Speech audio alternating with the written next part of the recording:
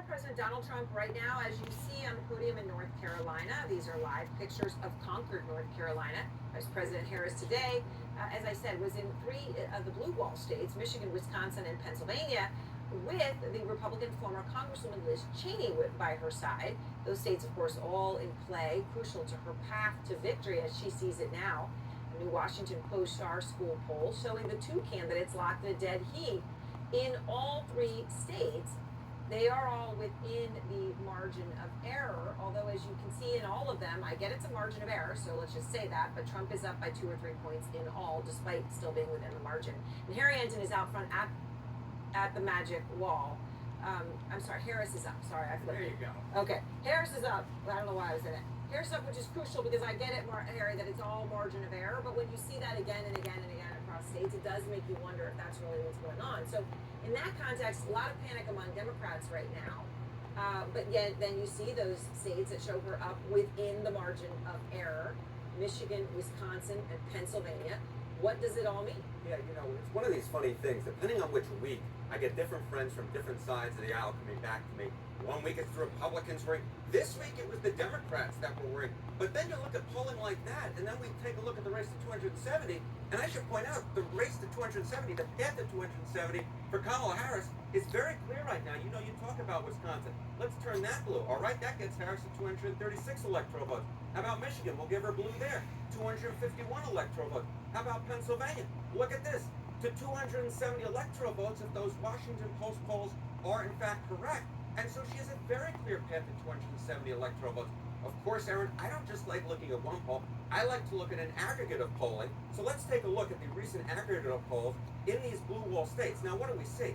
We see very close contests. It's actually closer than the Washington Post polls. But again, less than a point lead for Harris in Wisconsin, less than a point lead in Michigan, less than a point lead in Pennsylvania. But the bottom line is, Kamala Harris, based upon these polling data, both from the Washington Post and in the averages, has a very clear path at this particular point, just based upon those states, to 270 electoral votes. The bottom line is, I don't understand the Democratic panic right now, because the path is clear. It's clear, and just to make it very clear for people, that would mean she doesn't need to win any of those other states you have there, which includes North Carolina, Nevada, Arizona, Georgia. I mean, that's just to put an emphasis on it. But North Carolina is must win for Trump in any path he has to 270, I know. You got early voting in North Carolina that has started, also in Georgia, and it has shattered records in both places. In Georgia, though, what is the number now, Harry? More than 1.5 million? Okay, and I had seen somewhere that it's double-digit percentage point, double-digit of who voted before, maybe 13% or so already of the electorate. I mean, those numbers are pretty stunning. So what are you looking for in Georgia? Yeah, what am I looking for in these states? I mean, look, I think we're going to have a very close race in Georgia. Look at this. We got a point lead in the polls there for Donald Trump, well within the margin of error. Less than a point in North Carolina. 2-point lead for Donald Trump, again, well within the margin of error in Arizona. Less than a point lead for Kamala Harris in Nevada.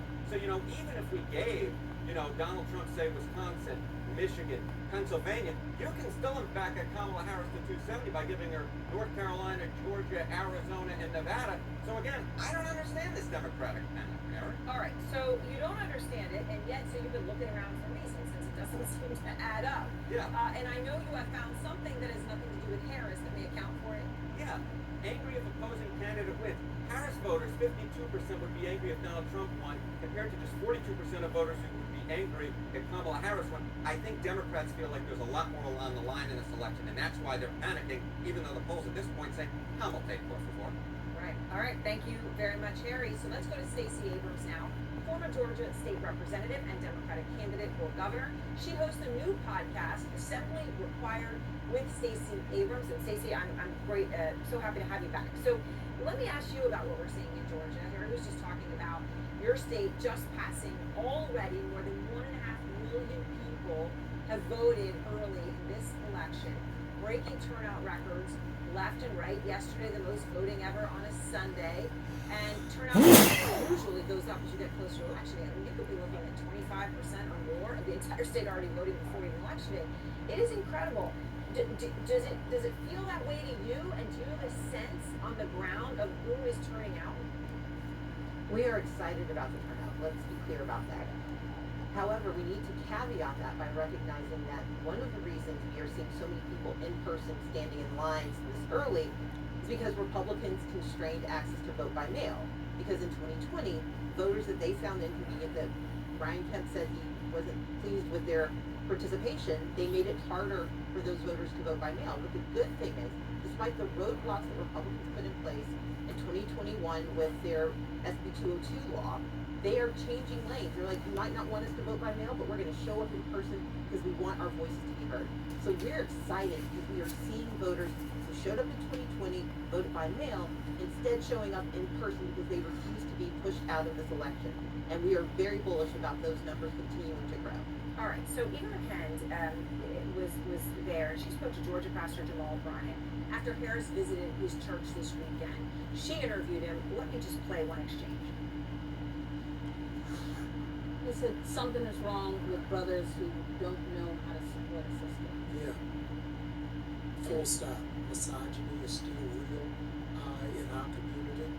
We've got to address it head on and not act like it doesn't exist. The reality is that black men have voted Stacey Abrams will be a governor. Okay, I know this is a layered onion here, Stacey, but do you agree that black men who are not voting for Harris and who didn't vote for you, as the pastor sees it, are misogynists? As he said, misogyny is still real in our community. I would say, number one, I know it's a shock to everyone that sexism remains real and a very pertinent issue, but I want us to be really clear that Kamala Harris is doing very well with black men. Black men are the second strongest cohort of Democratic voters. What we're seeing, though, is that she is showing them due respect by actually speaking to their issues. And those issues differ from other cohorts. I'm not quite certain why there is this panic about black men voting. They vote. In fact, they vote more than their counterparts in any other community for Democrats. However, we do have to acknowledge that there is sexism, there is racism, there are challenges in our electorate, and that's why it's so important that Kamala Harris is going everywhere and talking to everyone. She respects voters, she meets them where they are, and she refuses to be told that she has lost a cohort, lost a community, simply because she's different. The best candidates recognize that you win by meeting people where they are, and Kamala Harris is doing that every single day. We'll keep doing it for the next 14 days until we get to Election Day. All right, and obviously, so many people are deeply concerned about Election Day and what happens after. And I want to ask you about some top Democrats, Stacey, who are not committing to certifying a Trump win if he wins. Democratic Congressman Jamie Raskin was asked by Axios if he assumes a Trump victory would be free, fair, and honest. His response was, and I quote him, Stacey, "I definitely don't assume that." Democratic Congressman Jim McGovern, ranking member of the House Rules Committee, told Axios that Democrats would certify a Trump victory, quote, assuming everything goes the way we expect to. When Trump was asked during the CNN debate if he'd accept the results of an election, he said, if it's fair and legal and good election, absolutely. I mean, I could confuse that for what Congressman McGovern or Raskin said. Do you assume that a Trump victory, if that's what we're looking at in a couple weeks, would be free, fair, and honest? That is the hope and that is the work. But not speaking for either congressman, I will say part of the concern that is being raised is, for example, what's happening in Georgia. We have an unelected state election board that has taken it upon itself to change the rules of the game, to sow chaos, to say that they can decertify the elections if they choose, that one person in a county can decide not to certify the election, that a hand count, which could delay for days or weeks, the final tally. And so I think it's important that we recognize there's an intentional strategy of sowing chaos in this election. Yeah. And that is something that we should all be concerned about. That said, we should all be working towards free and fair elections no matter who is showing up. Yeah. And we do that by making certain that every voter has the right to vote, the ability to vote, and that we count every vote that gets passed. Do you think there is any similarity? I mean, obviously during COVID, a lot of the rules changed. Now, there was a pandemic, but part of the reason that some people had concern and maybe a lack of confidence was because of all the rules changes. Now there's more rules changes. I mean, do you think that there is some similarity in why people, now it appears maybe some who are on the left are having a lack of confidence? I would not equate the two, and I think I appreciate the way you frame the question, because we have a tendency towards false equivalence and using the same language to describe very different things. What we know happened in 2020 was that we were in the midst of a pandemic, and then in most states, people took advantage of existing laws that permitted them to vote by mail because being in person was dangerous.